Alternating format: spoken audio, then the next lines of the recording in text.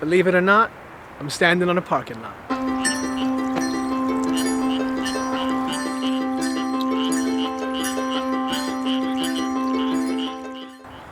Greetings from Minnesota, everyone. We're out here on holiday and I found out about this place called Growing Lots Urban Farm. They're operating on a little less than 1 acre of land that used to be a parking lot.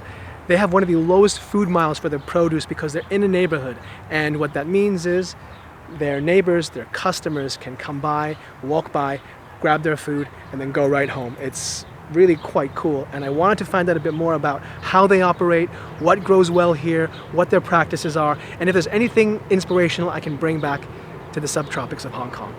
Community Assisted Agriculture, or CSA, is a system where consumers can directly support growers by subscribing to receive a regular order of fresh veggies, and is popular among smaller growers in the Minneapolis area.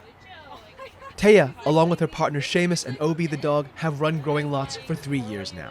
I mean, we still do try to farm as much and as best quality as we can, but that's not the sole purpose of what we do. Meeting face to face with everybody that buys your vegetables every week, whether it be at farmers market or people who come to the farm to pick up their produce, puts a little bit more humanity, I guess, in farming, which is something that's totally overlooked, like a lot in farming.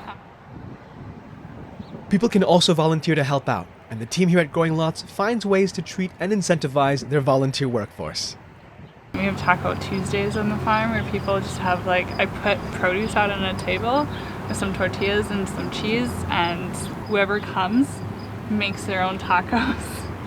I light up a grill. I really don't do it. I'm not making anybody dinner. The community comes together and makes it themselves.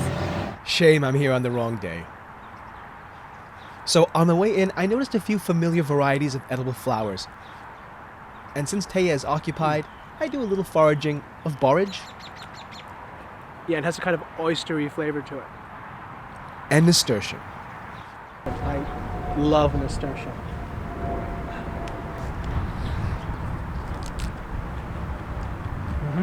Yeah.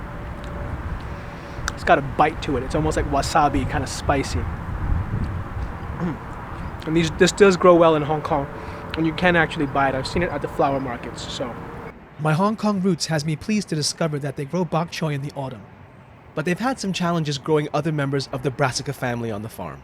They need a lot of nitrogen, and I have a hunch that because we don't have subsoil, the more mobile nutrients in our soil get washed out more quickly than we'd like, and so we've had problems growing Napa cabbage or regular cabbage or broccoli.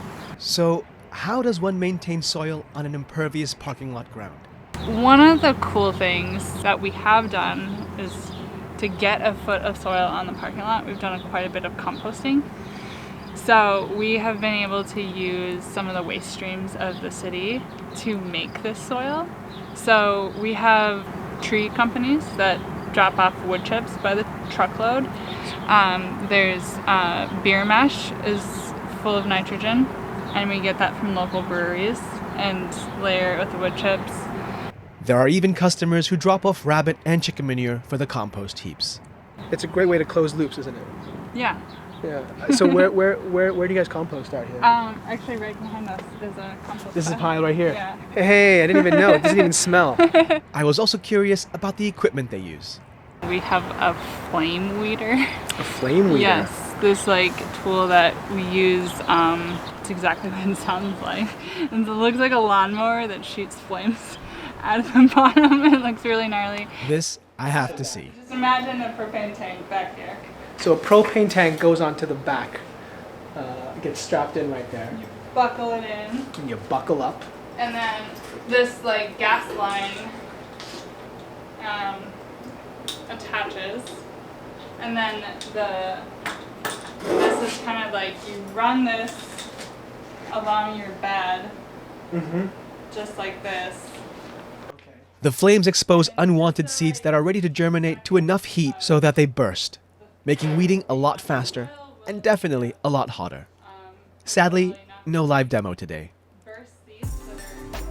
It's been a beautiful long Minnesotan summer afternoon, and I'm definitely inspired to think more about the spaces we can use to grow in, as well as consider how I'll take care of the brassicas as the cooler season begins shortly in Hong Kong. Thank you everyone for watching. Appreciate it. Take care. Happy growing. We'll see you next time.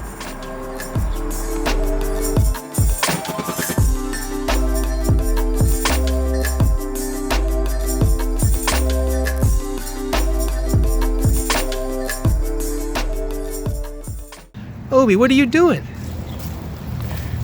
It's a rat terrier, and they're specifically bred to look for mice in compost piles. So he's in his element right now. Yeah.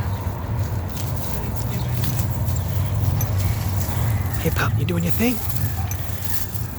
Okay, I'll leave you be. You're in your element.